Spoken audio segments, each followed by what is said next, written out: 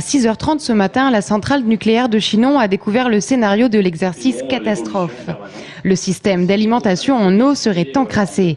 À 7h45, le centre opérationnel à la préfecture de Tours est mis en place. Préfet, pompiers, gendarmerie, représentants EDF et Météo France.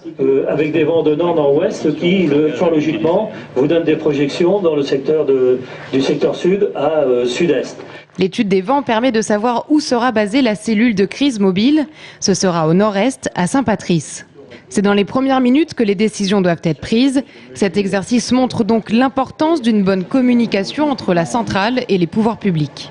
L'interaction entre un exploitant qui gère un incident et les pouvoirs publics qui sont chargés de protéger la population autour d'une centrale, ce problème-là est un problème essentiel qu'on retrouve dans tous les scénarios, dans tous les accidents ou les incidents nucléaires. À Chinon, 85 personnes sont mobilisées, un moyen de vérifier les compétences et la gestion du stress. D'ailleurs, la pression monte car le réacteur n'est plus alimenté en eau et forme une faille libérant des particules radioactives.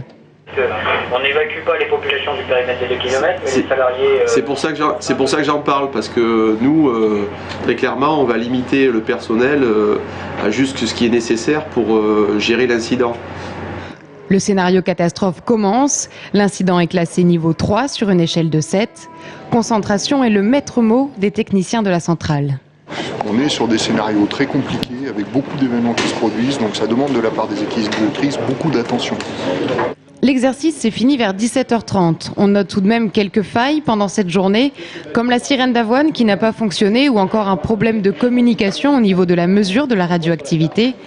Tous les ans, il y a 4 exercices grandeur nature dans des centrales en France. Se rajoutent à ça les exercices en interne, une fois par mois à Chinon.